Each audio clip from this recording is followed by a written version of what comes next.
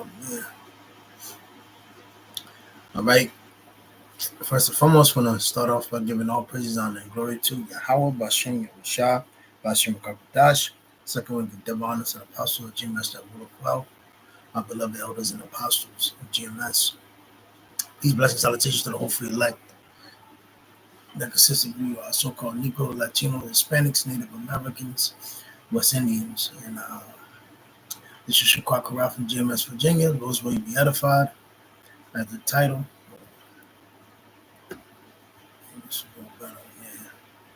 So as the title speaks, truth hurts, and Esau wants to demonize it.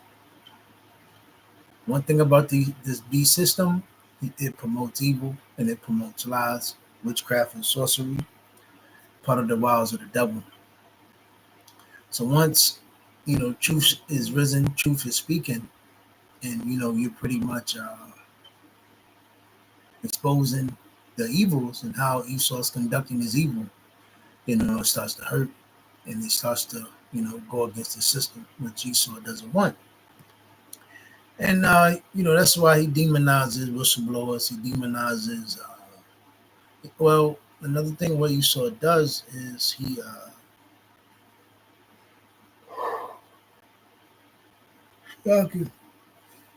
Esau will pay somebody to expose and hit it right on the head, bring truth to light. But he does it so he can demonize it and bring other, people. Basically, he provokes and antagonizes, and it's like a snare in the trap, because you would think somebody is sincere, a whistleblower is sincere in what he's saying about Amalek or about the injustice, what's going on in society. But ultimately, you'll figure out that he's a paid agent.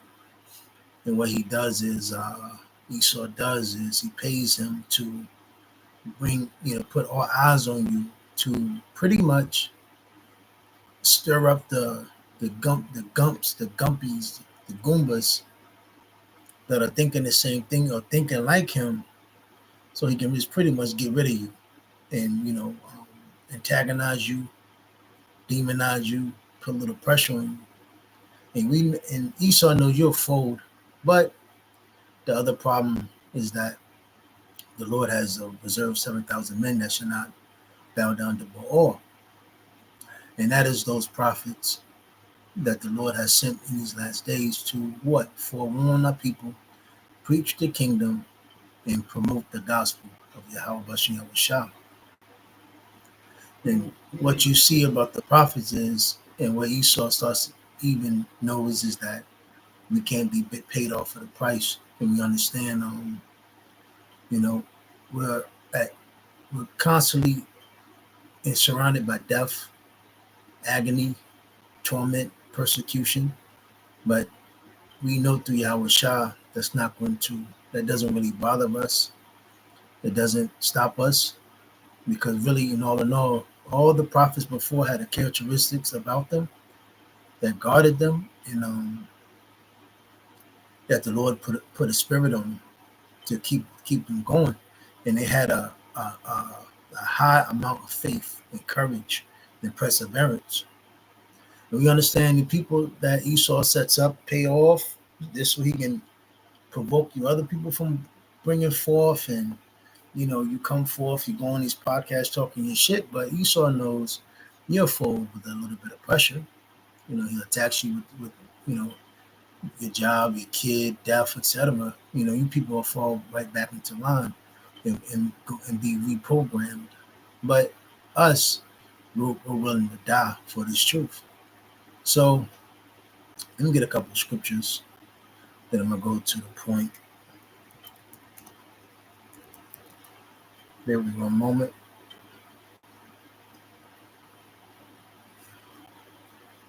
So John 14:6, Yahweh Shah said to him, I'm the way, the truth, and the life. And one thing, Amalek, the top Edomite bankers in the ways of this world and this beast system, they pretty much, tried to make the Bible useless and make it false and not a reality and not a living book, and ultimately painted the likeness of the Bible into this system. So pretty much overall, the mindset of the people when they talk about God and Christ, or they talk about Jesus or anything about the Bible, really in no actuality is to this system. You love this world. Your hope, your desire, your whole concept of heaven is really the American dream, the piece of the pie of this world. But that's contrary to the scriptures. John 8:32, you shall know the truth, and the truth shall make you free. And Esau has everybody in a maze, a matrix. Um, he has poisoned everybody. But through Yahweh Shah, you get the antidote, and you'll start to realize, you'll wake up and smell the coffee. And this is not it. This world is evil, and greater evils is going to start. Salaki, greater evils is going to come forth. Let me see. John 17:17, sanctify them through thy truth. Thy word is truth. And who is that? The elect, starting Salaki, the 12 tribes of Israel, the real Hebrew Israelites, who in the world, Salaki, the real, how you say, the real Jews of the Bible, from the starting with the so-called blacks on down to the so-called Mexicans. You are indeed the Hebrew Israelites to this day. And one thing that Esau cannot let out is pretty much the fact that, through his sorcery, his going back and tapping into them ancient civilizations, Kush, Sumer, Egypt, and whatnot. He has pretty much brought all those idols and those philosophies, Nimrod, etc. And knowing Nimrod was known as a mighty hunter. Esau is known as a cunning hunter. Nimrod was known as taking over lands by might. Esau is known for taking lands by might and by his wiles and being very cunning. So only way you really start to know and see what's really going on is through the scriptures. And one thing for sure, Esau cannot let the world really tap in and focus on the fact that the prophets that you see on the houses and the bowers are telling the truth. So let me see. Psalm 145:18. The Lord is nigh to all of them that call upon him, to all that call upon him in truth. And see, this is what Esau cannot allow the focal point to be on, because it's really, all in all, if people really started listening to the Hebrew Israelites, pretty much this system will collapse. And how you say, Esau will lose his power.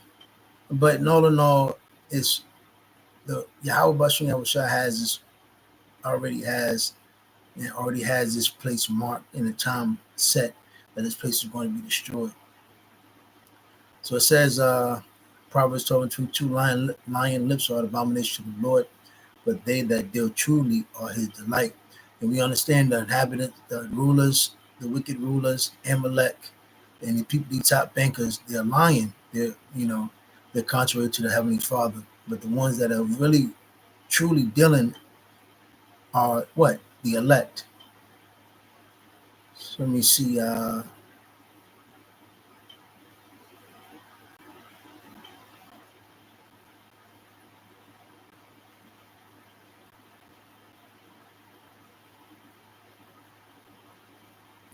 1 John 3:18, my little children, let us not love in word, neither in tongue, but in deed and in truth. So there's works behind it, and it's going to be a characteristics that you're going to portray and proclaim. And the Lord is going to put a spirit on you to do what? Not take heed to these philosophies and these infrastructures.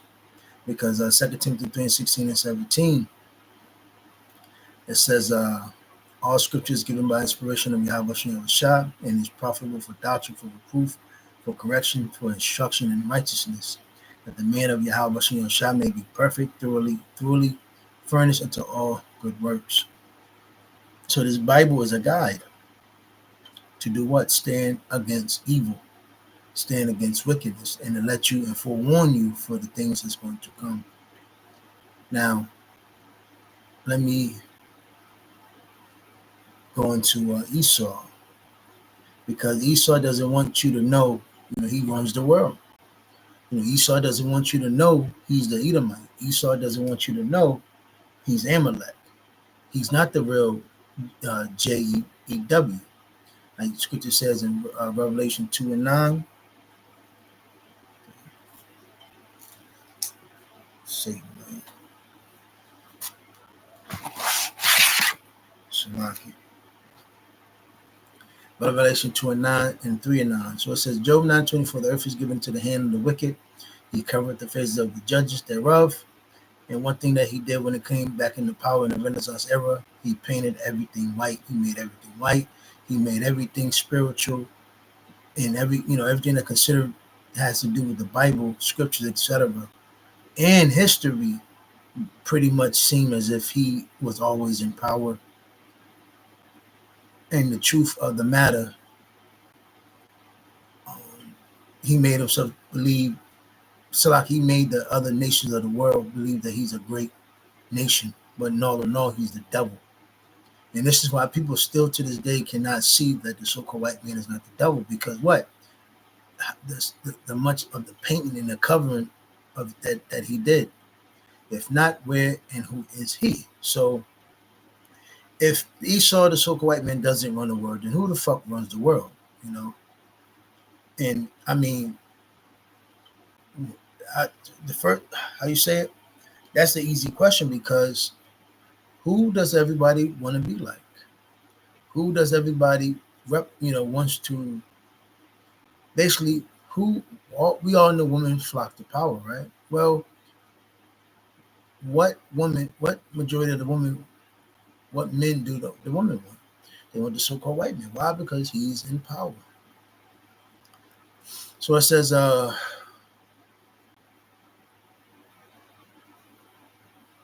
me see. Isaiah 34:5. I'm going to bring forth this out because, Esau doesn't want you to know that when Yahushua comes back this time, he's coming to bring Esau down. You can read Romans the 9th chapter. So it says, for my Isaiah 34:5, for my sword shall be bathed in heaven. Who's heaven? The so-called white man's heaven. Because what? He's in power. You have three, if I'm not mistaken, you have three heavens. What is it? The heaven, rulership, the outer heavens in a heaven where Yahweh and Yahushua dwells. So it says, behold, it shall come down upon Adumia and upon the people of my curse to judgment. Because what? He cursed Cain, he cursed, and it came back out upon Esau, and lost his pigmentation. So this goes back from ancient times, from the beginning, Let me jump down.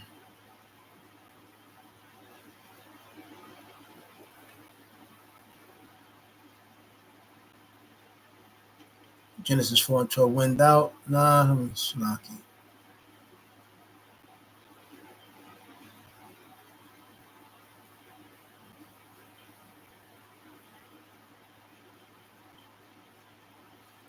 I'm gonna jump down. Genesis 25:25. Let me see. No, I don't want that. Ezekiel 35:5. Because thou hast had a perpetual hatred and hast shed the blood of the children of Israel by the force of the sword in the time of their calamity, in the time that their iniquity had an end.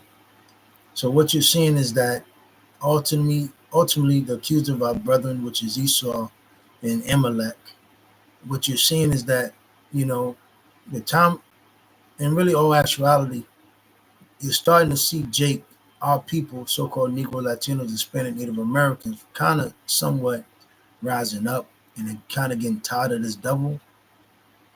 We've seen how Esau, out of all the years of the Christianity juice has plagued our people from the 1960s to this very day, and it's falling off, it's shaking off because Big Mama and our grandfathers, that generation is dying out, and you're having this new generation come abroad, and they're seeing different things that you know that plantation Christianity was used on our people to keep us docile and keep us submissive. But these new Jakes, they're seeing that. Hold on, man. I'm not pretty much. They wasn't even brought upon that the Christianity, that plantation Christianity. They were just brought up, and what Jake is seeing is that out of all that the things that they're trying to do and obtain, it seems like it's a monkey wrench being thrown at all angles. So it's like, it's like every time Jake is trying to get a step ahead, Esau's there to push your ass right back. But like the scripture said, who shall rouse them up? So things are getting roused up with our people. And one thing you're seeing on the other spectrum is that the Lord has sent prophets out there to let the world know what's going on. So let me see.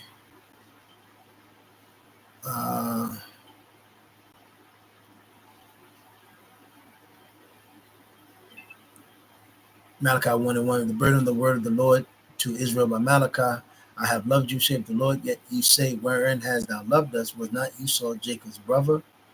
Saith the Lord, yet I love Jacob. Because when you just look on deaf ears, and when you just looking in reality, it's not reality, but you're just looking in and seeing what's really going on in America, you will really believe that there is no love for our people, so-called Negro, Latino, Hispanic, Native Americans, because the curses. But in all actuality, Yahweh Bashim Yahushua does love his people, but he's going to he's starting with the elect. And he's going to cleanse the 2/3 and they will come back in the kingdom. So what you're seeing is, it seems like Esau's winning. He has the power. We're getting our asses handed over to us.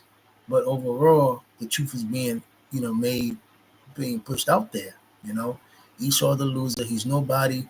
And he hates the fact that this truth is coming out.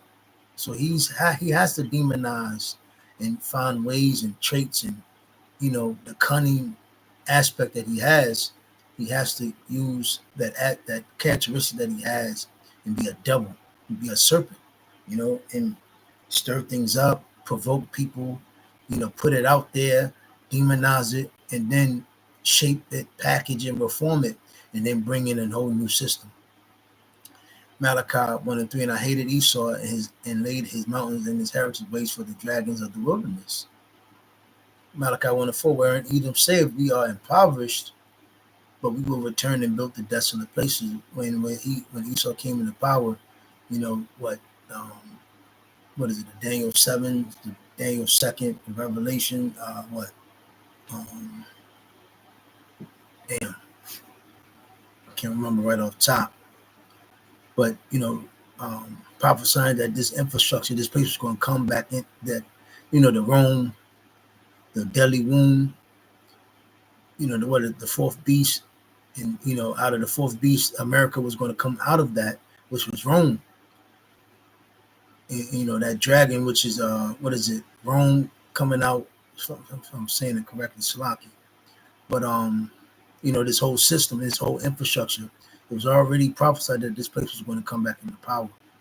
So it said, thus said Lord of hosts, they shall build, but I will throw down, and they shall call them the board of wickedness, and the people against whom the Lord hath indignation forever. So yeah, it seems like Esau has control. He has the power right now, but ultimately, Yahweh Shah has a great judgment for Edom. Obadiah 1:1. The vision of Obadiah, this of the Lord power concerning Edom. We have heard a rumor from the Lord, and an ambassador sent among the heathen. Arise ye, and let us rise up against her in battle. Those prophets are being woken up in these last days to proclaim what? The truth to the world about Edom, because leave it to Beaver, he wants you to believe that he's the hero and he's white, but he's not. Behold, I have made thee small among the heathen. Really, Esau is really the minority. He's nobody for real. He doesn't even have characteristics. The nigga came and danced. He has no nothing. He's nothing. You know. Thou art greatly despised. And this is what you're seeing. A lot of people are starting to see, you're not that great white man that we thought you were. You know, we're starting to see, and a lot of the Edomite women are really exposing Esau too. Because, we all know, whomever's in power, that woman is going to, flock to them. But these Edomite women are really, those curses are coming upon Esau too. And as his system is crumbling, his women are, doing what? Turning their back on him. So his woman is exposing him. So it says, Proverbs 29:2, when the righteous are in authority, the people rejoice, but when the wicked bear rule, the people mourn. And you're seeing that. Obadiah 1:3, the pride of thine heart has deceived thee, thou that dwellest in the clefts of the rock, whose habitation is high, that saith in his heart, who shall bring me down to the ground? And that's that mentality Esau has, a God-like complex. You don't, these other nations on the earth, yeah, the heathens, whatever, but they don't have that proud state. One thing for sure, those other nations have morals and ethics, so to speak, that keep them somewhat humble. But Esau, he's just a proud man. This man can wage war, and then he has no remorse. So it says, though, as Obadiah 1:4, though thou exalt thyself as an eagle, and though thou set thy nest among the stars, thence will I bring thee down, saith the Lord. Esau, puts all his what is it? How you call it? And he's trying to put a space force and space stations all up in the, in outer space, whatnot. But ultimately, he's not going to come to fulfillment, because ultimately the Lord gave him a boundary. So he has satellites, up amongst, high in the heavens, and how the way he uses all this technology to scope on and scope and seed out, what's going on in space, etc. But all in all, the Lord is going to bring this man's system down.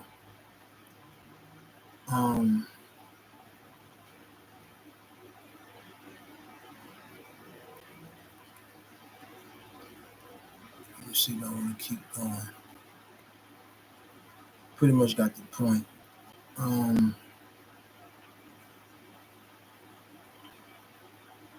Daniel 7:23. Thus he said, the fourth beast shall be the fourth kingdom upon the earth, which shall be diverse from all kingdoms, and shall devour the whole earth, and shall tread it down and break it into pieces. And we understand America comes from the fourth beast, which is the Roman Empire. And what has happened is they came into power, and they have broken the world through what? Their pseudoscience, technology, their sword, their democracy, their philosophies, their witchcraft, and their seduction. And they was able to what? Come into this great power because what? They had what? Free labor of all the 12 tribes of Israel. You so-called Latinos, Hispanics, Native Americans, which was already here in the Western Hemisphere. But ultimately, then he gathered up Southern Kingdom on the west coast of Africa, and then brought them over here for slave wages as well. Free slave labor. And how you say? I forgot. Other economical purposes that he was able to manipulate out of your labor. I'm going to jump to verse 25. And he shall speak great words against the Most High, which he does. Because what does Esau do? He pretty much uses his craftiness and his pseudoscience to pretty much make the world believe that the book, the holy book, and the ways of the Yahweh Shem Shah is just too much or unjust. So he changes it. He allows you to think that, you can do whatever thou will, live through the flesh, but we ultimately know There's a reason why the Lord put those law, statutes, commandments in the Bible, in the book, for us, for a man can govern himself, so a woman can govern themselves, and there can be order and structure amongst nations. If not, chaos will come, and evil and great evils will come.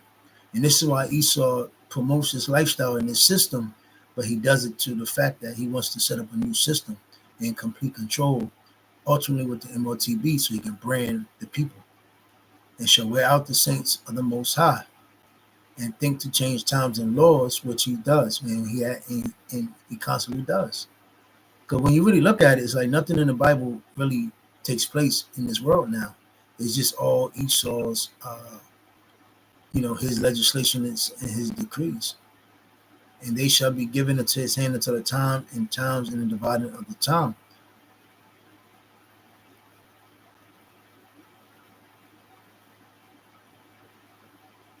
So, but the judgment shall sit, and they shall take away his dominion to consume and destroy it until the end, because we ultimately know Yahweh is going to come back. And the kingdom and dominion and the greatness of the kingdom under the whole heaven shall be given to the people of the saints, the Sodom the elect, whose kingdom is an everlasting kingdom, and all dominions shall serve and obey him.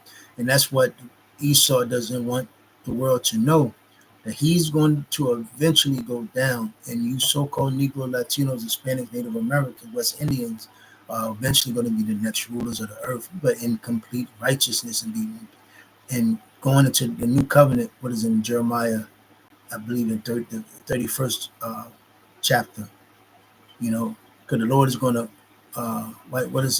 wipe away the flesh and give us a stony heart. So we're going to be perfect in the kingdom. We're not going to go off anymore, and we're going to govern the whole world through through Yahweh Shah, and in order and structure, So that Isaiah 14:4, that thou shalt take up this proverb against the king of Babylon. And then we understand, Esau, the modern day king of Babylon, and say, how have the oppressors ceased, the golden city ceased? The Lord have broken the staff of the wicked and the scepter of the rulers. So ultimately, what's going to happen is, and we know and another thing, we go to Romans the 9th chapter, we understand that Yahweh raised Esau up to show forth his power. And when he shows forth his power and Yahweh gets his glory, we're going to get our power. Everything's going to go back into order.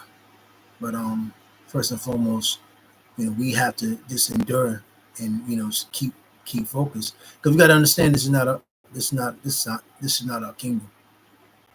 And we understand the reason why Esau doesn't want this truth to come out, and just think about it, right? If those fake rat bastards that's in the land right now, if they were the people, I mean, they don't even deal with the Bible, but if they were the people, the world would be in complete peace.